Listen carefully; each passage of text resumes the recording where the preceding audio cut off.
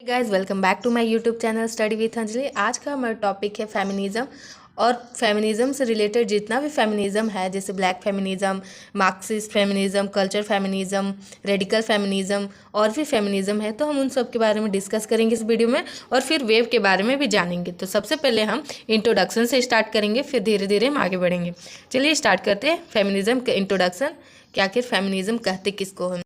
Introduction से start करते हैं, लेकिन अगर इसको आपका पीडीएफ नोट चाहिए तो आप लोग इस वीडियो के डिस्क्रिप्शन में टेलीग्राम चैनल का लिंक मिल जाएगा, आप लोग वहां से ले सकते हैं। चलिए स्टार्ट करते हैं। Introduction. Feminism is a range of socio political movement and ideology that aim to define and establish the political, economic and personal and social equality of the sexes. Feminism एक मूवमेंट है, ideology है, जिसका main मकसद है कि वो social, economic, personal सभी जगहों पे इक्वालिटी स्थापित करें। चाहे वो मेल हो चाहे फीमेल हो, हर जगह पे इक्वालिटी हो, हर किसी को अपना अधिकार मिले, तो फेमिनिज्म कहलाता है। The believes that women should have the same rights and opportunities as man.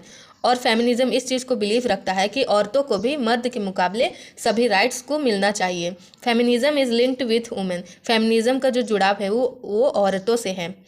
An organized effort to give women the same economic, social and political rights as men।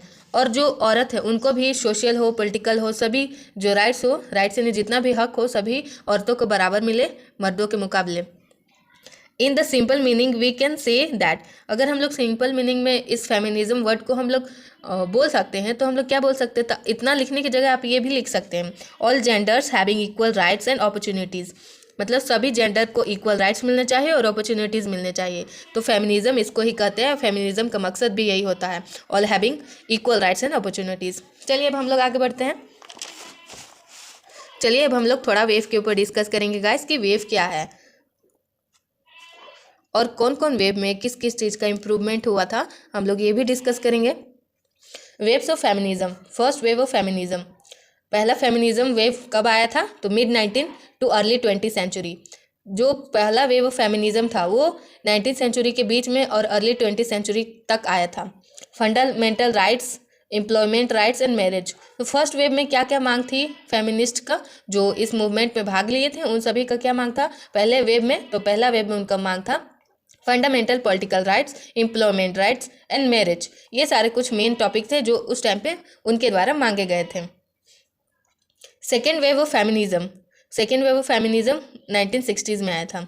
Cultural and social areas, reproductive rights, movement against domestic violence. तो second wave में culture, social areas में की तरफ move किया गया था और उस टाइम पे इस चीज़ को टारगेट किया गया था। रिप्रोडक्टिव राइट्स भी मांगा गया था कि कोई औरत चाहे तो तभी वो अपने बेबी को बॉर्न कर सकती है, जन्म दे सकती है, अगर उनका मन नहीं है तो वो नहीं देंगी, अगर मन है तो दे सकती हैं। तो ये सारे जो टॉपिक थे वो सेकेंड वेव में मांगे गए थे। मूवमेंट अगेंस्ट डोमेस्टिक वायलेंस और घरेलू अहिंसा के खिलाफ भी इस टाइम पे मूवमेंट में शामिल किया गया था। अब हम लोग थर्ड वेव की तरफ बढ़ते हैं। थर्ड वेव बिग हिट था। जितना भी अभी तक मूवमेंट आया था उस सब में सबसे मतलब मेन जो मूवमेंट था, जो वेव था, वो थर्ड वेव था। इसमें कौन सा डिमांड था, चलिए भाई हम लोग जानते हैं कि कौन सा डिमांड था, तो मैटर ऑफ चॉइस था। मैटर ऑफ चॉइस का मतलब है कि औरत जो चाहे या फिर कोई भी जेंडर जो चाहे उनका जो मन करे वही कर सकती है। अगर वो घर में खाना बनाना पसंद करती हैं तो घर में खाना बनाएंगी, और अगर कोई बाहर जाकर पैसा कमाना चाहता है कोई औरत, तो बाहर जाकर अपना पैसा कमा सकती है, अपने पैर पे मतलब खड़े हो सकती हैं। तो मैटर ऑफ चॉइस को यहाँ पे मेन टारगेट किया गया था थर्ड वेव में। फोर्थ वेव जो था 2005 के करीब आया था।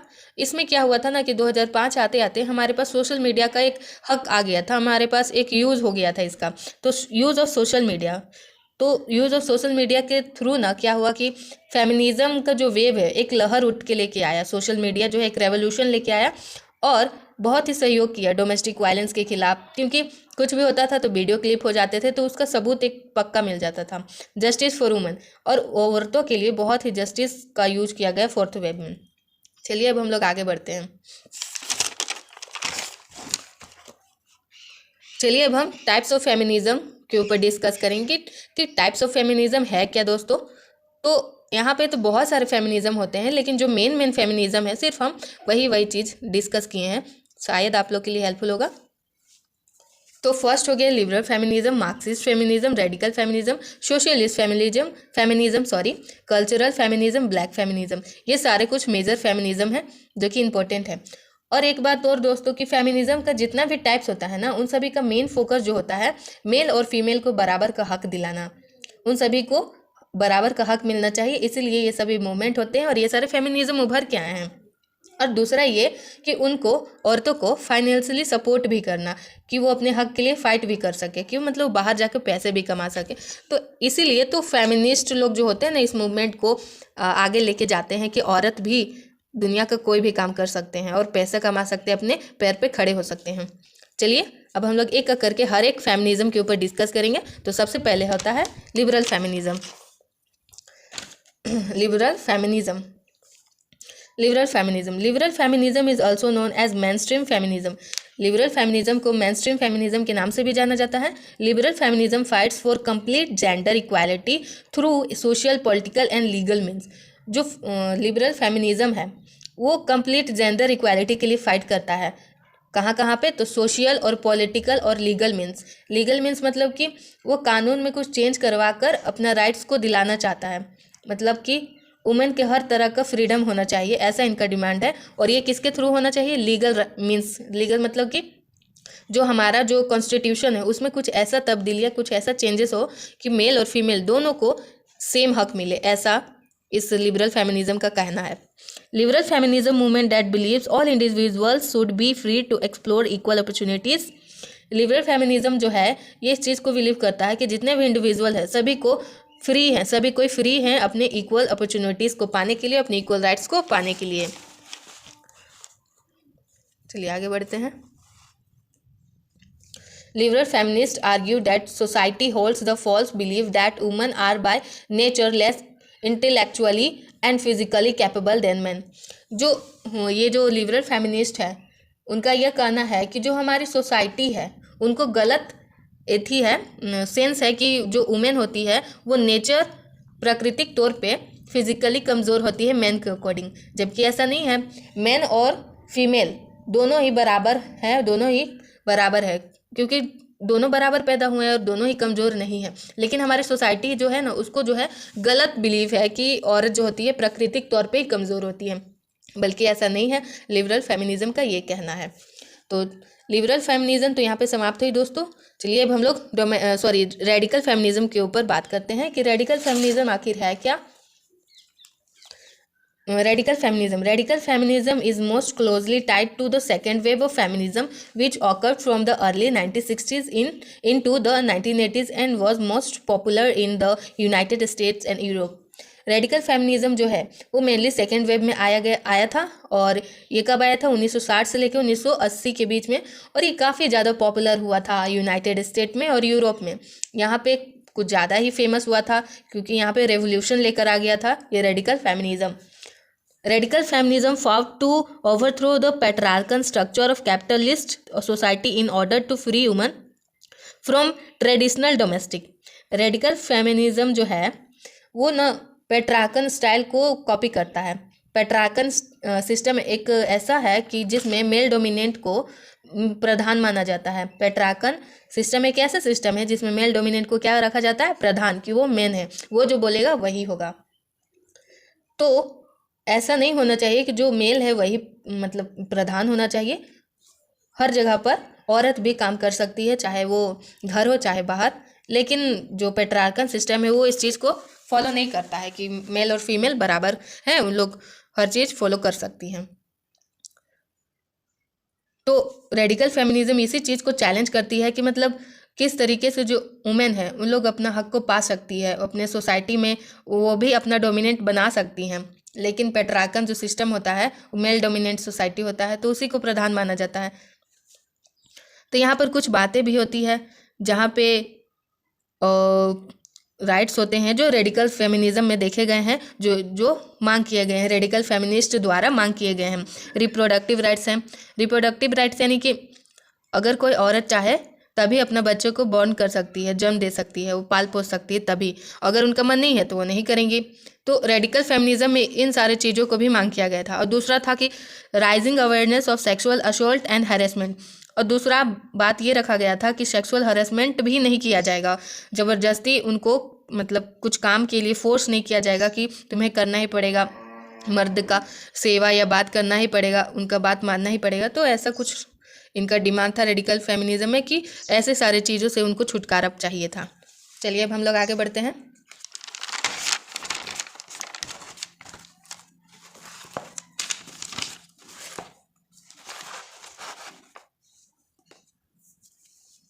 चलिए अब हम लोग मार्क्सिस्ट फेमिनिज्म के ऊपर डिस्कस करेंगे। Marxist feminism is a branch of feminism theory which argues that the main cause of women operation is capitalism.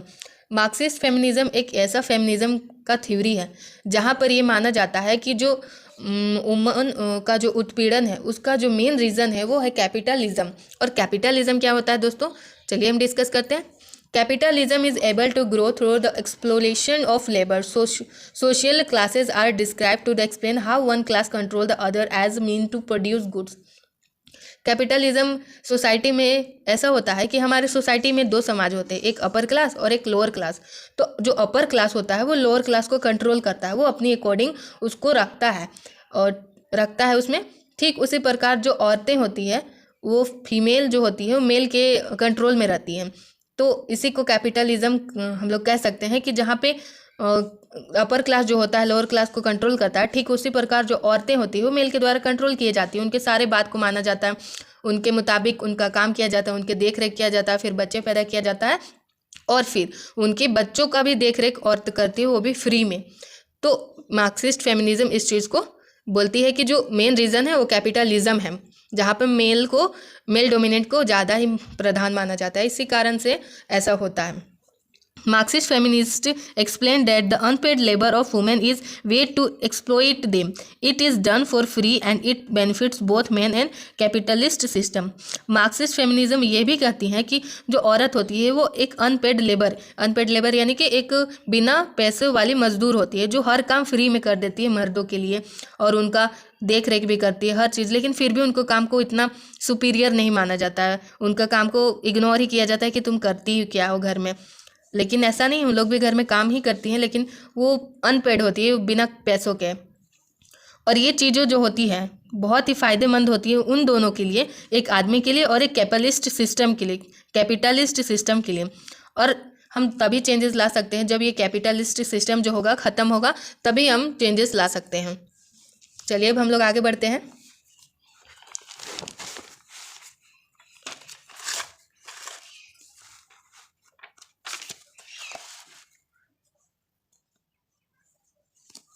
चलिए अब हम लोग कल्चर फेमिनिज्म के ऊपर डिस्कस करेंगे।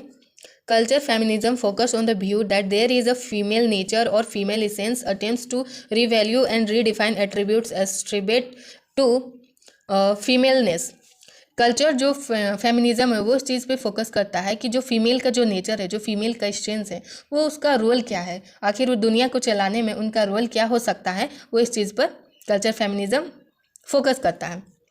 Culture feminism stream from the radical feminism of the 1970। जो culture feminism है वो रेडिकल फेमिनिज्म से ही आया है 1970 के दौरान। Radical feminism believe in uprooting the ideas of gender differences. जहाँ पे रेडिकल फेमिनिज्म जो होता है वो इस चीज़ पर फोकस करता है और बिलीव करता है कि जो मेल डोमिनेंट है उसमें टोटली एलिमिनेट किया जाता है, मतलब उसको मेनली प्रधान बना ही दिया जाता है। बल्कि culture feminist believes that it was the differences themselves to celebrate the improve size. जबकि जो कल्चर फेमिनिज्म के अंदर ये देखा जाता है कि सोसाइटी को, दुनिया को चलाने में औरत का रोल क्या है और उनका पॉजिटिव पॉइंट क्या है, उनका पॉजिटिव रोल क्या है। तो ये दोनों डिफरेंस थे कल्चर फेमिनिज्म और रेडिकल फेमिनिज्म के बीच।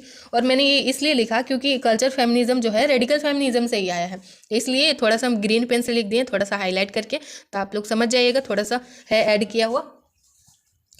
Women have a certain ethic of care which they are more likely to cooperate and keep the peace, which in turn would make for a better world. जो female का जो role है वो कैसे play करती है इस दुनिया में, अपना पॉजिटिव सेंस कैसे दिखाती हैं।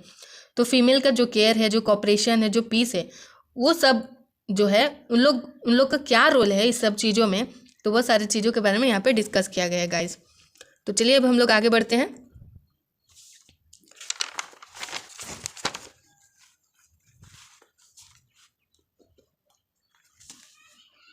चलिए अब हम लोग आगे बढ़ते हैं सोशलिस्ट फेमिनिज्म के ऊपर। Socialist feminism, it is a blend of radical and Marxist feminism. जो सोशलिस्ट फेमिनिज्म है वो एक ब्लेंड है, मिक्सचर है रेडिकल और मार्क्सिस्ट फेमिनिज्म का। Socialist feminism is a type of feminism that believes gender, race and class are all connected. Socialist feminism जो है एक ऐसा फेमिनिज्म है जिसका विश्वास है कि जेंडर, रेस, क्लास और सभी जो है कनेक्टेड है और इन सभी को मिलकर आपस में काम करना चाहिए। It's not just about women rights, it's about making sure everyone has a fair change. ये जो है सोशलिस्ट फेमिनिज्म ये सिर्फ वुमेन राइट्स के लिए ही नहीं लड़ता बल्कि इस चीज़ के लिए भी लड़ता है कि हर किसी को फेयर राइट्स मिलना चाहिए, हर किसी चाहे वो मेल हो चाहे फीमेल हो सबको बराबर हक मिलना चाहिए और एक फेयर चेंज के लिए भी लड़ाई करता है। चलिए अब हम आगे बढ़ते हैं last but not the list black feminism के ऊपर। Black feminism is a type of feminism that focuses on the experience of black women. जो ब्लैक फेमिनिज्म है एक ऐसा फेमिनिज्म है जिसमें ब्लैक वुमेन के एक्सपीरियंस के ऊपर फोकस किया जाता है। It recognizes that black women face unique forms of oppression and that their experience are often overlooked or ignored by mainstream feminist movement। जो ब्लैक वुमेन होती हैं उनको एक यूनिक फॉर्म ऑफ ऑपरेशन का सामना करना पड़ता है, उनको कुछ ज़्यादा ही भेदभाव का सामना करना पड़ता है, डिस्क्रिमिनेशन उनको देखने को मिला। और जब मेन स्ट्रीम फेमिनिज्म मूवमेंट चलाया गया था तब इनके राइट्स को इग्नोर कर दिया गया था। मतलब कि ये जो है ब्लैक वुमेन के बारे में कहा गया है ये फेमिनिज्म, लेकिन जो मेन स्ट्रीम फेमिनिज्म है वो गोरे औरतों के लिए लड़ाई किया था, फाइट किया था उनके राइट्स के लिए और इनके राइट्स के लिए नहीं किया था। तो इनको उस टाइम पे बहुत भेदभाव का महसूस हुआ कि हम ब्लैक है इसी कारण से हमें ऐसा महसूस हो रहा है, डिस्क्रिमिनेशन देखने को मिल रहा है। It aim to create a world where black women can live with dignity and respect. और इस फेमिनिज्म का मेन जो मकसद है वो ऐसा वर्ल्ड क्रिएट करना, ऐसा दुनिया क्रिएट करना जहाँ पर ब्लैक औरतों को भी सम्मान मिल सके और वो भी अपना लाइफ डिग्निटी और रिस्पेक्ट के साथ जी सके। तो ब्लैक फेमिनिज्म का यही मेन मकसद था कि ब्लैक वुमेन को भी मतलब अच्छा और उनके हक का अधिकार मिलना चाहिए। तो यहीं पर उसका समाप्त हुई दोस्तों। I hope you video like this. Thank you for video watching.